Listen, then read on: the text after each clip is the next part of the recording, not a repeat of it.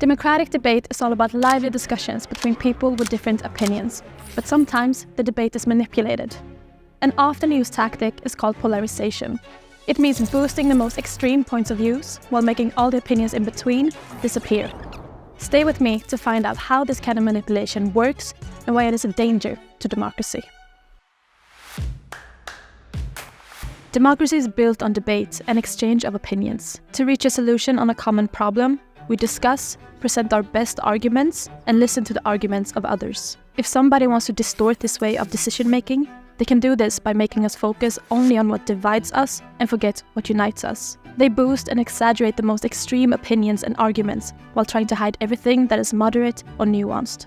This kind of manipulation makes us believe that the differences between us are much greater than they really are.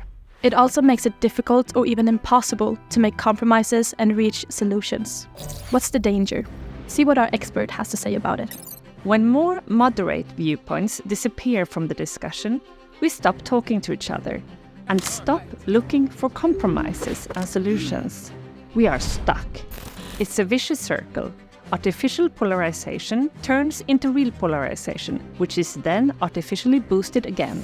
We start to demonize each other instead of seeing each other as fellow citizens with slightly different points of view. Different opinions become unsolvable problems. In some cases, such conflicts can even lead to physical attacks and aggression. The goal of polarization is to paralyze democratic decision-making, and this undermines citizens' trust in democracy as a system. Imagine a school where students get the chance to decide what food should be offered in the canteen. Students draw lists of their favorite dishes and prepare the vote. Now imagine someone decides to boost two fundamentally opposed suggestions. Let's call them vegan and meat only. Only the students behind these ideas get to present them in the classroom and on the social media of the school. Most students find it hard to get their voice heard, and many avoid the topic because of the harsh tone.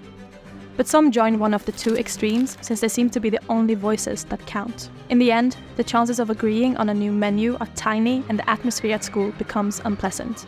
Instead of student participation, the polarized debate leads to blocked decision-making and distrust in democracy. The same could happen in real life. What can you do? Be alert if the discussion is completely dominated by extreme points of view and aggressive rhetoric. Ask yourself if it's a genuine debate between two very different opinions, or if it could be that these opinions are used as tools to destroy the discussion. Can you think of other viewpoints that do not get any space? If you think that the debate is being polarized, insist on dialogue, nuances, and willingness to compromise. Talk to people with different opinions.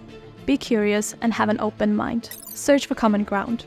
Points where you agree with each other, even though your opinions on some aspects are far away. Maybe you both care about having better food in the canteen. So to recap, disinformation can take the form of polarization, boosting extreme viewpoints while hiding everything in between. Beware of debates where only aggressive extremes are present. If you think the debate is manipulated, search for common ground and things that unite.